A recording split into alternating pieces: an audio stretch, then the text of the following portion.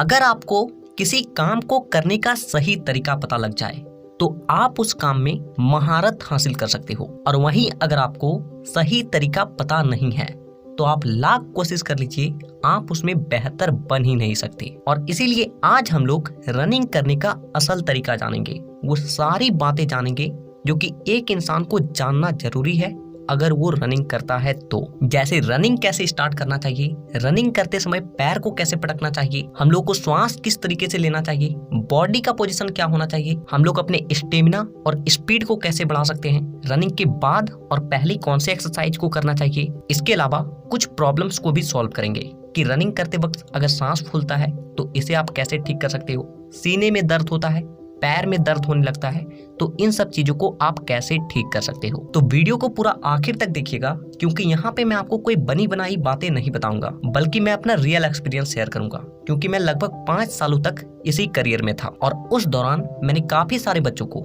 Defence के लिए तैयारी करवाया है। तो सबसे पहली चीज कि रनिंग की शुरुआत कैसे करें। यहाँ पे आप में से अधिकांश लोग गलती क्या करते हैं कि वो डायरेक्ट ग्राउंड जाते हैं या फिर रोड पे जाते हैं और रनिंग करना स्टार्ट, और कुछ देर रनिंग करने के बाद ही उसके पैर में दर्द होने लगता है, श्वास फूलने लगती है। और इसीलिए आप जब भी रनिंग स्टार्ट करें तो रनिंग स्टार्ट करने से कम 10 मिनट पहले वार्म अप और स्ट्रेचिंग अच्छे तरीके से कर लें, क्योंकि जब आप रनिंग नहीं कर रहे होते हो तो आपका पूरा बॉडी रिलैक्स मोड में होता है, आपके मसल्स एक दूसरे से सिकड़े हुए होते हैं और जिसके चलते आपका बॉडी ठीक तरीके से नहीं खुल पाता है और आपका पैर पकड़ने लगता है, आपकी श्वास जल्दी फूलने लगती है। दूसरी बात कि रनिंग करते समय पैर कैसे पटकें, और यहाँ पे लगभग 90% बच्चे गलती करते हैं। आप में से अधिकांश बच्चों को लगता है कि अगर मैं पंजों के बल दौड़ूंगा तो स्पीड दौड़ पाऊंगा। हाँ, ये बात सही है, लेकिन ये चीज हर वक्त काम नहीं आती, इसीलिए ध्यान से समझिए मैं क्या बोल रहा हूँ। अगर आप कोई लॉन्ग रनिंग कर रहे हैं, जैसे कि 5 किलोमीटर हो गया, 10 किलोमीटर हो गया, 1600 मीटर हो गया या फिर कोई मैराथन हो गया, ऐसी स्थिति में आपको कभी भी अपने पंजों के बल नहीं दौड़ना है, क्योंकि पंजों के बल दौड़ने से आप जल्दी थकते हो और ऐसी स्थिति में आप लॉन्ग रनिंग कभी भी कंप्लीट नहीं कर पाओगे। तो अब आपको पैर कैसे पटकना है वो ध्यान से समझिए। आप जैसे ही अपने पंजों को जमीन से सटाते हो वैसे ही आपकी एड़ी भी जमीन से सट जाना चाहिए, यानी कि नॉर्मल आपको अपने पैरों को फ्लैट पटक के दौड़ना है, लेकिन ध्यान रहे ऐसा नहीं कि डायरेक्ट अपने पैरों को ले गए और धड़ाम से सीधा बजाड़ दिए। ऐसे करोगे फ्लैट फुट की परेशानी हो जाएगी। इसलिए जिस तरीके से एक एरोप्लेन लैंड करता है, यानी कि एक पहिए को पहले रखता है और फिर दूसरे को, ठीक उसी तरीके से आपको पंजे को पहले रखना है और फिर एड़ी को, और जब आपका अगला स्टेप आए तो उस वक्त पंजे से जमीन को जितना हो सके पीछे की ओर ढकेलिए और अपने बॉडी को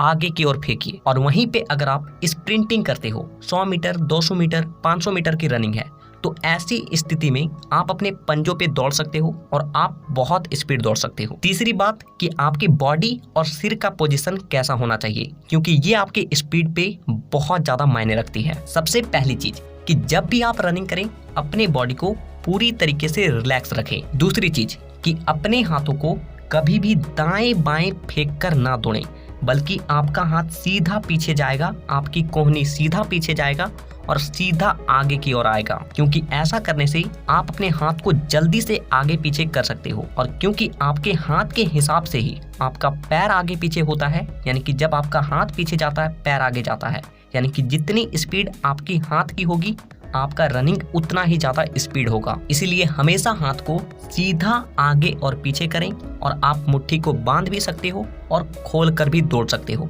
आपको जैसे कंफर्टेबल फील हो आप वैसे दौड़ें। तीसरी चीज कि अपने सिर को स्ट्रेट रखें, अपने गर्दन को स्ट्रेट रखें, लेकिन अपने बॉडी को थोड़ा सा आगे की ओर झुका कर दौड़ें। ऐसा करने से सामने से आने वाली हवा आपको कम महसूस होती है और आपकी स्पीड काफी ज्यादा बढ़ जाती है। चौथी बात कि हम लोग को श्वास कैसे लेना है, तो देखिए यहाँ पे भी आप कुछ हैक्स को यूज कर सकते हो और अपने स्टेमिना को बचा के ज्यादा से ज्यादा स्पीड और लंबा दौड़ सकते हो। अगर आप लॉन्ग रनिंग कर रहे हो, जैसे कि एग्जाम्पल के लिए आप 5 किलोमीटर की रनिंग कर रहे हो, तो जब आप रनिंग की शुरुआत करें उस वक्त आपको केवल अपने नाक से श्वास को लेना है और नाक से ही श्वास को छोड़ना है, क्योंकि शुरुआती समय में आपके बॉडी में स्टेमिना एकदम पीक पे रहती है, आपका ताकत भरपूर रहता है और इसीलिए कम ऑक्सीजन में भी आपका बॉडी अच्छा खासा एनर्जी प्रोड्यूस करता है और आप जल्दी नहीं थकते हो। लेकिन जैसे ही आप 2-2.5 किलोमीटर रनिंग कंप्लीट कर लें और आपको थोड़ा थोड़ा फील हो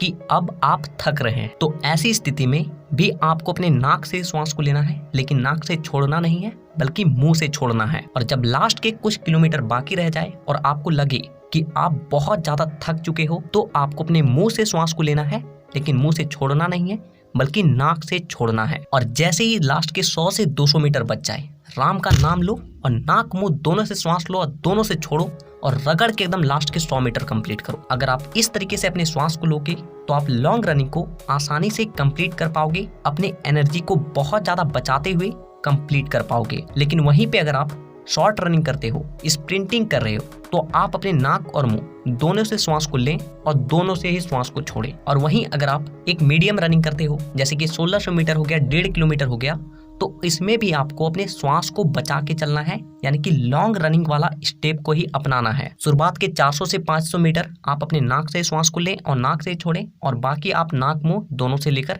रनिंग को कंप्लीट कर सकते हो। यहाँ पे आपको केवल ध्यान इतना रखना है कि लॉन्ग रनिंग में आप अपने एनर्जी को जितना बचा के दौड़ोगे, आप रनिंग को उतना जल्दी क्वालिफाई कर पाओगे। पांचवी बात कि कुछ लोगों का स्टेमिना बहुत ज्यादा लो रहता है, श्वास तुरंत फूलने लगती है, तो वैसे लोग क्या करें? सबसे पहली चीज, अपने खान पान को सुधारो, क्योंकि आपकी ताकत का आपके खान पान से सीधा संबंध है। दूसरी चीज, कंसिस्टेंसी मेंटेन करके रखिए, क्योंकि एक दिन में स्टेमिना नहीं बनता है। आज बंदे साल भर से वहाँ ट्रेनिंग कर रहे हैं, इसके बाद जाके एक सही रनर बन पाते हैं। और आप 10 दिन रनिंग नहीं करोगे, मेरी श्वास फूल रही है, स्टेमिना नहीं है, ये हो रहा है, वो हो रहा है। ऐसे स्टेमिना को बढ़ाने का बहुत सारा तरीका है और उन तरीकों को बता के मैं इस वीडियो को और ज्यादा लंबा नहीं करना चाहूंगा, क्योंकि पहले ही मैंने उस टॉपिक पे एक प्रॉपर वीडियो बनाया था। नीचे डिस्क्रिप्शन में लिंक मिल जाएगी, इस वीडियो को देखने के बाद उस वीडियो को जरूर देख लीजिएगा। छठी बात कि रनिंग से पहले और रनिंग करने के बाद ऐसे कौन से एक्सरसाइज को करें जो कि हमारे स्टेमिना को बढ़ाए, हमारे स्पीड को बढ़ाए, तो इसके ऊपर भी आपको हमारे चैनल पे वीडियो मिल जाएगी, आप उन वीडियोस को देख लें। क्योंकि रनिंग से पहले और बाद किया गया एक्सरसाइज आपके रनिंग को बहुत ज्यादा इफेक्ट करती है। सातवीं बात कि कुछ लोगों का श्वास बहुत ज्यादा फूलने लगता है, किसी का पेट में दर्द होता है, सीने में दर्द होने लगता है, पैर में दर्द होने लगता है, तो इन सब चीजों को आप कैसे ठीक कर सकते हो? सबसे पहली बात कि रनिंग करते वक्त सीने और पेट में दर्द केवल उन्हीं लोगों को होता है जिसके पेट में गैस जमी होती है। इसीलिए अपने पेट को ठीक तरीके से साफ करो, पानी ज्यादा से ज्यादा पियो, कुछ दिनों में आपका ये प्रॉब्लम अपने आप ही ठीक हो जाएगा। और अगर आपको बहुत ज्यादा दर्द होने लगता है तो एक बार डॉक्टर से जरूर मिल लें। दूसरी बात कि अगर आपका श्वास बहुत ज्यादा फूलता है तो इसके लिए आपको क्या करना है कि रनिंग से 10-15 मिनट पहले कहीं पे आराम से बैठ जाएं और इन दोनों प्राणायाम को करना है। पहला अनुलोम विलोम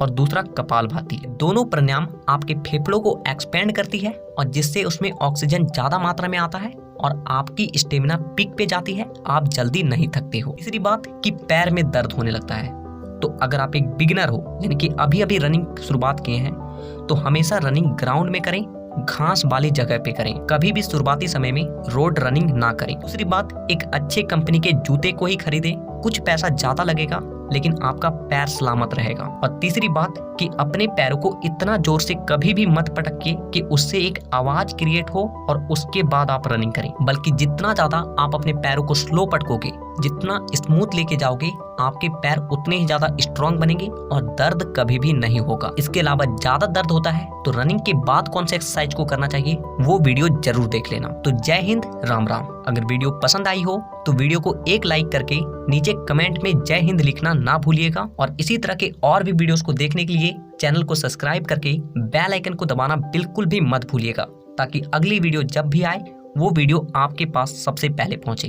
तो वीडियो देखने के लिए दिल से धन्यवाद।